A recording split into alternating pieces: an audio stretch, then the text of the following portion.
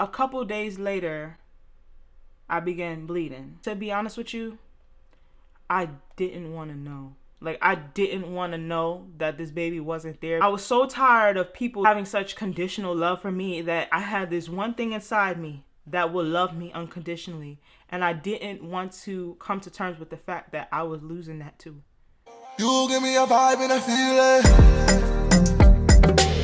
like one I won't ever see again. This music, like I said, she won't heal it. Like one I won't ever see again. We blow the smoke. Hello, my queens and kings. It's your girl Maroon Nikki back again, time and time again with another video. Okay, y'all. We had a long day today, but I love y'all so much. I'm gonna finish this day off with a story time. I'm clearly comfortable. I'm ready to go lay down and watch some TV. I've been binge watching Girlfriends, but that's neither here nor there. Let me get to this story time, because you know what I don't like to do when that's what?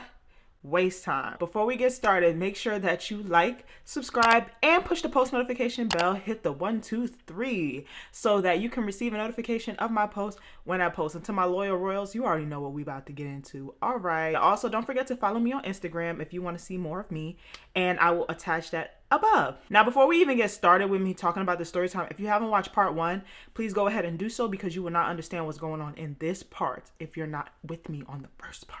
If you're also interested in my other story times, I will attach that above, and the link will also be in the description box below as well. You're welcome. Let me get comfortable, and I hope you're comfortable, because we got some talking to do. So I obviously have some explaining to do, because I have to let you know how we even got up to this situation for me saying that I was having problems. And then I also have to tell you about what happened afterwards, y'all. So when I started messing with this boy, let's give him a name. Let's call him Ant. When I was messing with Ant, our situation was already rocky, because he and I were dating, but a lot of the times he let his parents do the dating for him.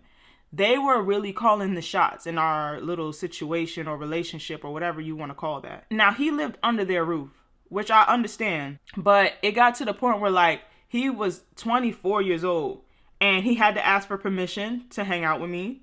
He had to ask for permission to sleep over my house. He had to ask for permission for everything. Like, he literally could not be around me without the permission of his parents. And that used to rub me so wrong, because I'm like, damn, you grown as hell and you asking your parents for permission. I understand that you live with them, but you're still your own man. You have your own job, your own car. You know, you're saving your money to step off and do your own thing. So I'm trying to figure out why you got to get so much approval. You could tell him, hey, I'm going out. I'll be home by this time, or I'll see you. But you asking for permission to hang with me? Like, are we kids? Like, what the fuck? When he used to ask for permission to sleep over my house, they would tell him, no, that's not the Christian thing to do, and this, that, and the third. It kind of was getting in the way of things. The only reason why I really had a problem with it is because it wasn't his choice. What he wanted to do was different from what they were telling him, and it became very complicated. Around that time, I also found out I was having issues with my health. I confided in him and told him that, you know, I just recently found out, like, I'm having health issues. To some people, what I was telling him was a lot to take in, but to others, not really. So he literally started treating me funny. He was acting weird. If he asked his parents that if he could go out with me, they was going extra hard in his ear, talking about, get off the phone, we got to talk to you about something, this, that, and third. Like, all the stuff that I'm telling you, I was present for. Because when he would ask to go out with me, I would be on the phone. His parents would be like, are you on the phone? And then he'd be like, yeah. He'd be like, get off the phone, we got to talk to you. So it was just very weird. The energy was very strange, and I was feeling very uncomfortable. So when I noticed that he was acting weird, I asked him, like, what's up? Like, what's the problem? Why you keep having to get off the phone? It was never like this. And he ended up telling me that he told his dad my business. And his dad was telling him to get rid of me. And then his dad told his mom. And his mom was like, you got to get rid of me too. So I was feeling some type of way, because I was like, what's the issue? You acting like I caused this on myself. I didn't. So I'm just trying to figure out. And on top of that, I was already emotionally going through something, because I'm taking in all this information from a doctor. Here's your family telling you to stop dealing with me, stop talking to me, stop cut all ties with me. That's too much burden, When in reality, it seemed like he had more going on than I did. So I was upset with him. I couldn't fault him, because, you know, who else could you tell? You could have told some random people, you could have told friends, but you went and told your parents. So that's fine, I guess. But it still doesn't excuse the fact that they were treating me funny. Later down the line, Everything was going kind of back to normal, but I was still kind of standoffish with him because the energy was just iffy. Like, even though everything was good when we were around each other, we still had to go through his parents, and I was just getting tired of that. I've already dealt with that type of guy in the past. I don't want to keep dealing with this because I got my own setup. I got my own living space, my own car, my own job. I want somebody that's on the same type of time as me. And I know that's not a lot that I'm asking for. Fast forwarding now. One day, he and I were on FaceTime. We used to talk on FaceTime all the time, y'all. Like, we was literally attached at the hip when it came to the FaceTime calls. If he wasn't at work, he was on the phone with me. So one day, he told his dad that he invited me to Thanksgiving. So his dad was just like, okay. And he just got mad quiet and he was just being awkward. But all I could do was hear. I didn't see it because he had the phone laying down. And you could kind of hear off of his okay that he wasn't okay with it. He didn't say anything. A few days go by. He's sitting in a room and he's kikiing talking to me on FaceTime. And his dad comes and asks him, Aunt, can I talk to you real quick? So he thinking that his dad's not about to talk about anything of substance. He's like, yeah, what's up? When I tell you this man was destroying my name, he was talking so bad about me, and I heard every single word. And I promise you to this day, like that, it bothered me because I just didn't understand. At this point in time, I never met his parents yet. He was going to introduce me to them at Thanksgiving. They pretty much said that they didn't appreciate him inviting me, knowing that I have health issues. They're like, you're going to bring that sick girl into our house? Into our household with her sick spirit? She's going to be in here just sick in the house around everybody. We have to literally sanitize everything. You can't even wash your clothes, the same clothes with us. You can't touch anything that we touch. And you want her to be at our table and eat the same food that we eat. You want her to be around us knowing that she's not well. You want to bring that sick girl into our home? How could you bring somebody like that around us? Are you insane? Oh my God, why would you do that? I told you to get rid of her. Why would you? Y'all,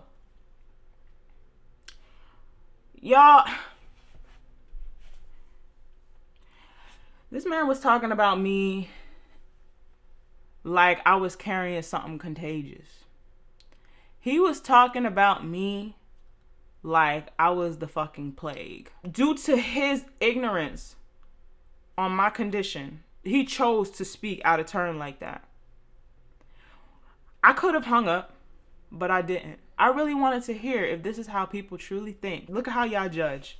So judgmental. Look at how y'all judge. Never ask for a backstory. Never nothing. Look at how y'all judge. He tried to defend me. And for the half a second that he tried to defend me, his dad said, you stop talking right now because I'm talking. And he shut up so fast. He knew that all of the things coming out of his dad's mouth was just pure ignorance. He knew because I took him with me to my doctor's appointments. He was right beside me. He was asking questions just like me. We were at those doctor's appointments together. I was hurting for real. I sat on that FaceTime call and I was silently crying, and I sat through the whole thing. And even though I could have hung up, I didn't, because I wanted to know if this is really the type of people that I was going to meet on Thanksgiving. These are the type of people that's been giving you instructions on whether or not to see me. These are the people. So when I found out I was pregnant, I wasn't happy. I was shocked because I don't know how I was going to go through this. I couldn't have a kid for that man. I couldn't. The first thought that came in my mind was abortion. At first, he didn't believe me.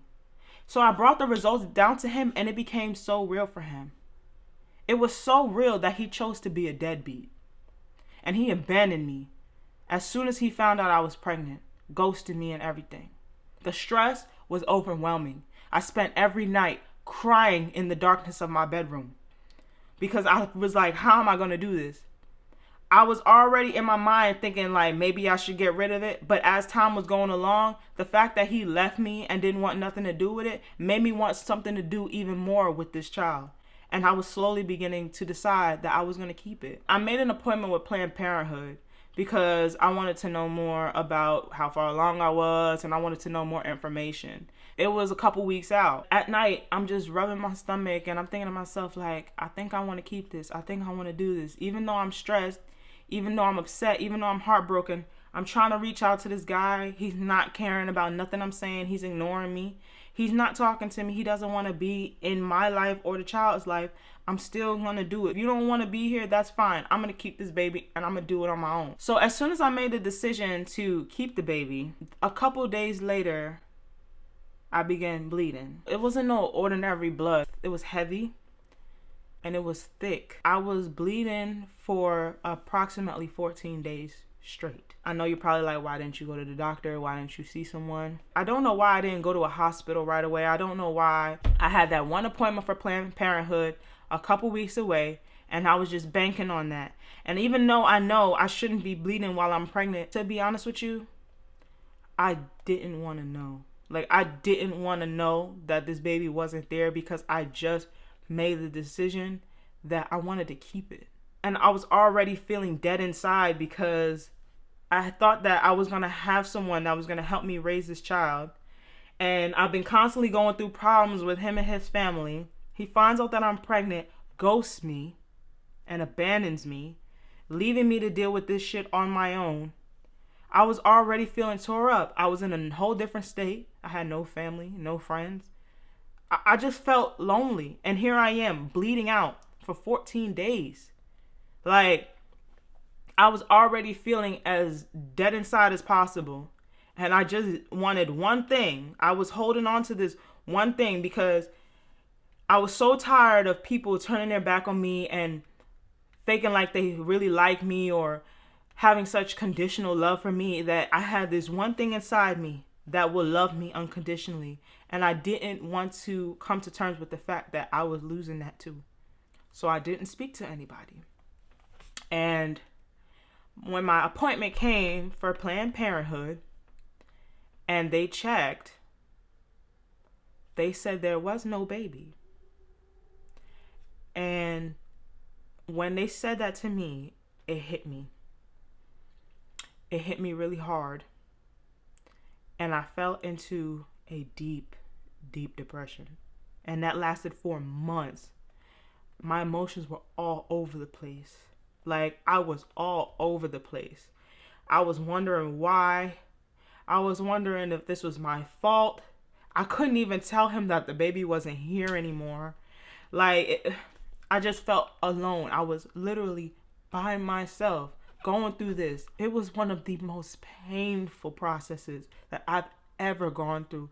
This is something I would never wish because I was physically hurting and I was emotionally hurting. I felt like nothing. How down I was scary. I had to literally just meditate, pray, and practice mindfulness. Journal. And that's how I got through it. For those that have gone through miscarriages, like, I feel for you. You gotta be a different type of strong to bounce back from that. Like, I salute my ladies that bounce back after they've been through a miscarriage because it took me so long. It took me over a year to start stomaching meals. More than one meal a day, it took me a year. My emotions were all over the place for the longest. I just couldn't get a grip. I'm proud of me. Like, first of all, I'm proud of me because I made it through that situation. I'm better than I was before. I'm proud of me for that. And I will say that when I lost my baby, it was November. I ended up coming across my ex again in January. And I told him that the baby is gone. And he was like, I feel bad because I feel like the stress that I put on you caused you to lose the baby. And I feel bad because I did this to you. But even though he gave me the apology and I accepted it, you knew what you was doing. You chose that path on your own. Whether somebody told you in your ear, at the end of the day, you had to make that decision in your mind to walk away and abandon me, knowing that I was pregnant with your child. Like, it was a lot. It was a lot for me. I thank God for taking me through this situation.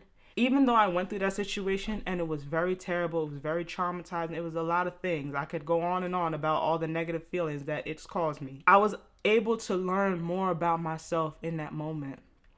because I literally cut myself off from everything and everyone. And I had to get in tune with myself and pull myself up off the ground and be my own rescue and push myself out there to take a step forward. I have to be proud of myself for that alone. I have to be proud of myself. And I'm not just going to give that strength to just me. I got to give it to God. Because y'all, you don't know how down I was. For those of you that have been through the situation that I've been through, you know how that feels. It's tough. Knowing that I didn't have any support, any friends, anybody to talk to, it was tough. It was real tough. Nobody was able to understand how I was feeling. Nobody. So, yeah, y'all. That was the end of my story time. If you're still watching, I want to thank you. So we ending this chapter and we moving on to the next chapter, okay, y'all? But I do want to thank you so much for watching this. I thank you for all the support and the love that you give me. Thank you for the condolences. Thank you for the apologies. Thank you for just everything. You guys are just so amazing to me. I love y'all. I promise you I do. So my queens and kings, my loyal royals, that wraps up this story time. Now you know what I want you to do. And that's a what? Stay blessed and stay royal. And I'll see you in my next video. Bye-bye.